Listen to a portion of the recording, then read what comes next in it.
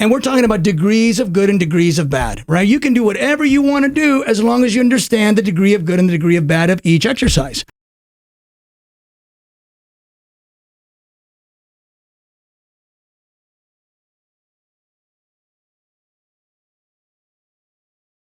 Do you, in your opinion, are some of these exercises worthless, or are they still doing something? You mean the conventional? Just any exercises, just like stuff you see people do in the gym. I mean, if people are grabbing a hold of some weights and moving around, and they're not going to hurt themselves, are they still getting, any benefits? Yes, they definitely are. Look, Mo and I joke about this. Mo Larby, my partner in Smart Training 365, we talk about it's better than eating potato chips on a couch, right? So anything is better than nothing, right? But those of us that invest a lot of energy into this stuff, we want to make sure that we're getting the biggest bang for the buck, the biggest reward for the investment, right? So if I explain to you that you're going to get this house, but you're going to pay 3 times more for it than you could have, you're going to pay attention because it's money, right? But sometimes we don't pay attention when it's just, energy. Well, I don't want to waste my energy either. Mm-hmm.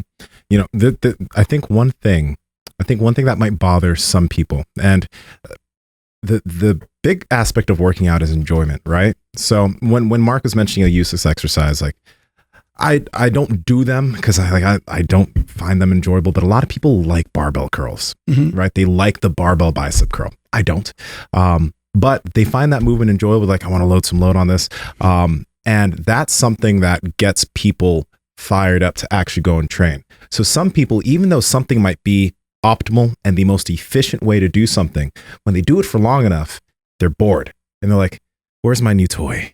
No, so I get it. It's like, if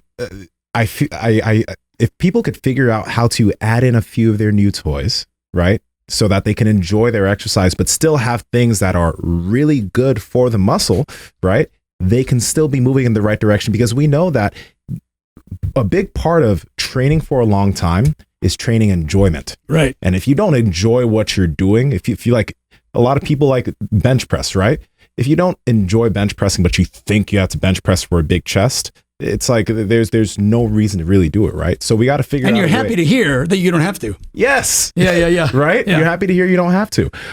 So I think that's a big aspect of it. You can still put in things you like, but still figure out ways to put in things that are really going to load those muscles if that's your actual intention. So let me be clear here. So, because I think there's a misunderstanding that's going on.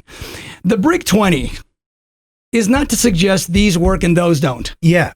Okay, the Brick 20 happens to be the exercise that rate the highest. Mm-hmm. But what I teach in my book is how to measure the efficiency of an exercise, period.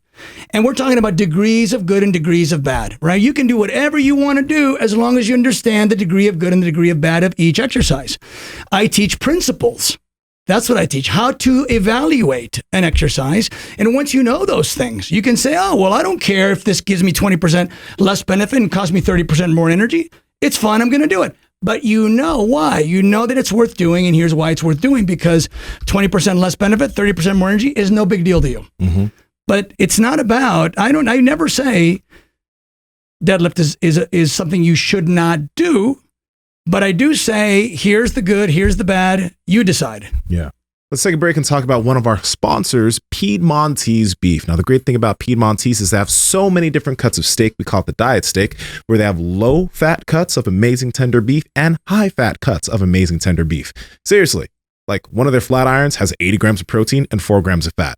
You're missing out if you don't get it. Andrew, can you tell the people how to get some Piedmontese, please? Absolutely. You guys got to head over to Piedmontese.com. That's Piedmontese.com. At checkout, enter promo code PowerProject for 25% off your order. Check the links down in the description below. Head over there right now.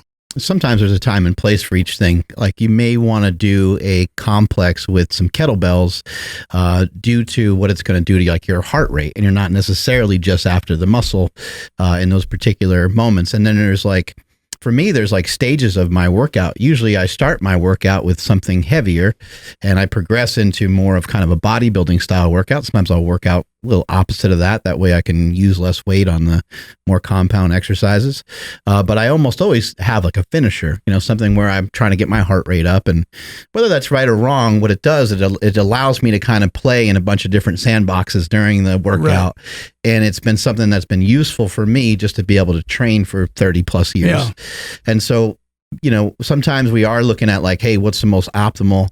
Other times we might just be thinking, I would just really enjoy making it through the workout for today. Yeah. That would be a victory. Well, Nsima, so here's a thing that's right up your alley. So you grapple, right? So let's just say you're grappling with a guy for half an hour and you both get a good workout during the grappling, right? Well, none of those things you did were ideal for muscle building.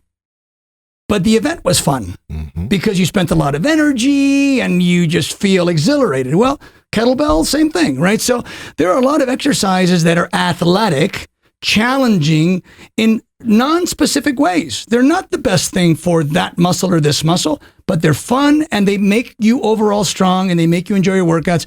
I'm all for that. I've said it so many times. I'm not telling people to not do those things. I'm just saying once you understand the physics, once you understand the principles that determine less and more energy and more magnification to the muscle load, once you understand those things and you choose to use it for the sake of muscle building, then you can narrow it down to the Brig 20.